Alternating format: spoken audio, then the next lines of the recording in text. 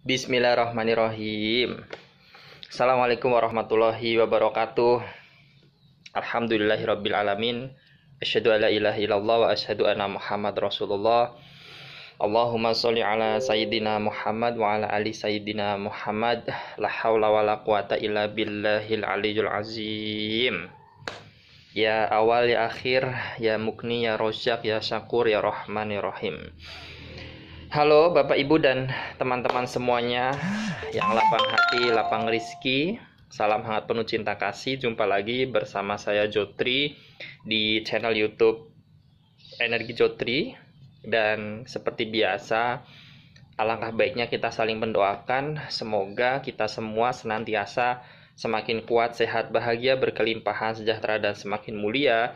Dan semoga segala harapan, hajat, cita-cita, bahkan impian kita semua, ya, Anda dalam keluarga serta tim usaha bisa hadir dalam kehidupan kita dengan cara yang sangat mudah, cara yang sangat menyenangkan, cara yang sangat membahagiakan tentunya, semua atas izin Allah Subhanahu wa Ta'ala. Amin ya Rabbal Alamin.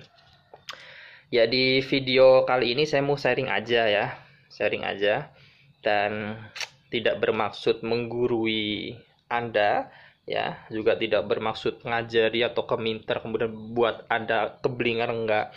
Saya hanya mengingatkan diri saya sendiri, ya, muhasabah, ya, untuk diri saya sendiri, dan mudah-mudahan bermanfaat, ya, tentang satu hal yang pertanyaannya begini, ya. Jika segala sesuatu yang sifatnya mungkin teknis, ya, ataupun apa yang disebut dengan upaya kita untuk berhasil, ya, apapun definisi keberhasilan menurut Anda sudah dilakukan tetapi belum juga mencapai hasil yang seperti diinginkan, ini seperti yang kita inginkan, ya, maka berhentilah mencari solusi, ya, berhentilah mencari cara, ya. Yang perlu dilakukan adalah kita berhijrah, ya, tobatlah, ya. Dan caranya adalah sederhana aja, kita kontrol, coba cek 3 hal ini, ya. Yang pertama adalah bagaimana sih hubungan kita dengan Tuhan, ya. Apakah kita fine aja dengan Tuhan, artinya Allah lagi dan Allah lagi. Nah, secara syariat, ya, apakah kita mengutamakan yang maha kuasa, atau contohnya misalnya lagi azan, ya, minimalnya kita diam, mungkin kita lagi beraktivitas, ya, kemudian dengar azan, minimalnya kita diam, tergerak hatinya untuk ya udah berhenti dulu deh sholat, ya. Mungkin belum bisa tergerak langsung action kemudian bersiap pergi ke masjid untuk sholat berjamaah, ya, apalagi sekarang virus corona.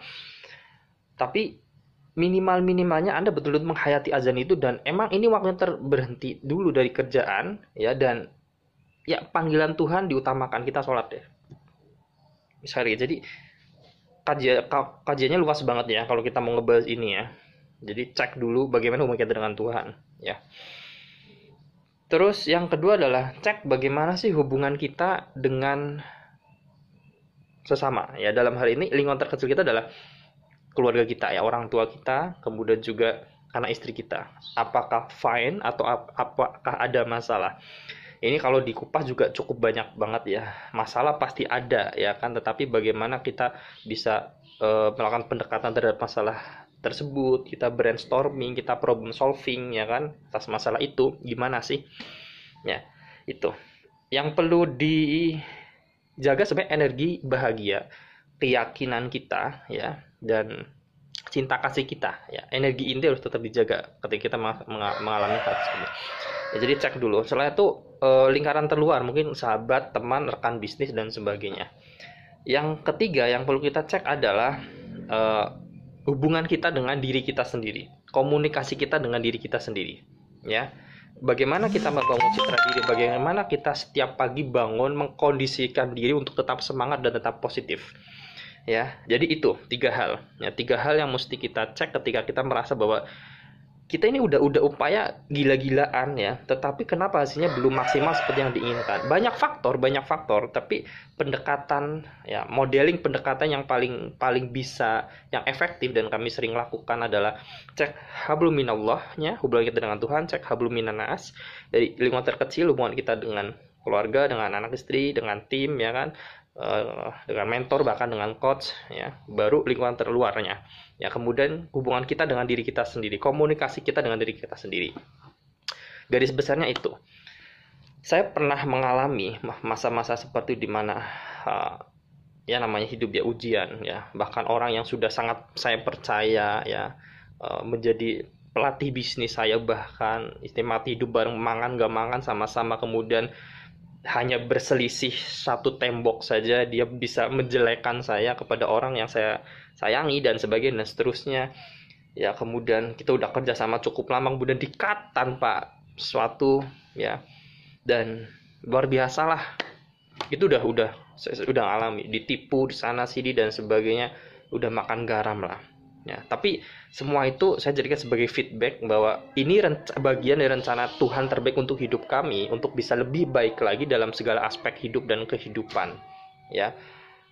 Saya berusaha untuk tidak melihat itu sebagai satu masalah, tapi itu sebagai sebuah umpan balik yang sangat baik sekali untuk membangun diri saya secara personal, dan juga nanti diaplikasikan dalam segala bentuk aktivitas kita sehari-hari, entah dalam lingkungan kita sendiri ya, dalam keluarga maupun dalam bisnis, dalam masyarakat. Dan acuannya adalah sebenarnya apapun yang kita lakukan hanya mengharap ridho Allah Subhanahu wa taala, diniatkan untuk ibadah ya. Itu paling up deh gitu. Jadi dengan menjaga wudhu, kami muslim dengan menjaga wudhu, insya Allah terjaga awareness-nya ya, kesadaran kita untuk bisa membawa diri kita sebagai makhluk Tuhan dalam segala bentuk implementasi yang disebut dengan takwa tadi. Ya, saya rasa itu aja sharing saya siang hari ini ya. Sudah ada suara mengaji dari masjid. Saya Joko Triarso Jotri minta maaf yang sebesar-besarnya jika ada kesalahan dan keliruan ya. Jika bermanfaat bagikan, jika tidak ya abaikan saja ya. Saya rasa itu aja. Sekali lagi mari kita mendoakan semoga kita senantiasa semakin berilmu, beriman, bertakwa, beradab, insyaallah. Sekian, assalamualaikum warahmatullahi wabarakatuh. Salam hangat penuh cinta kasih, hormat kami Jotri.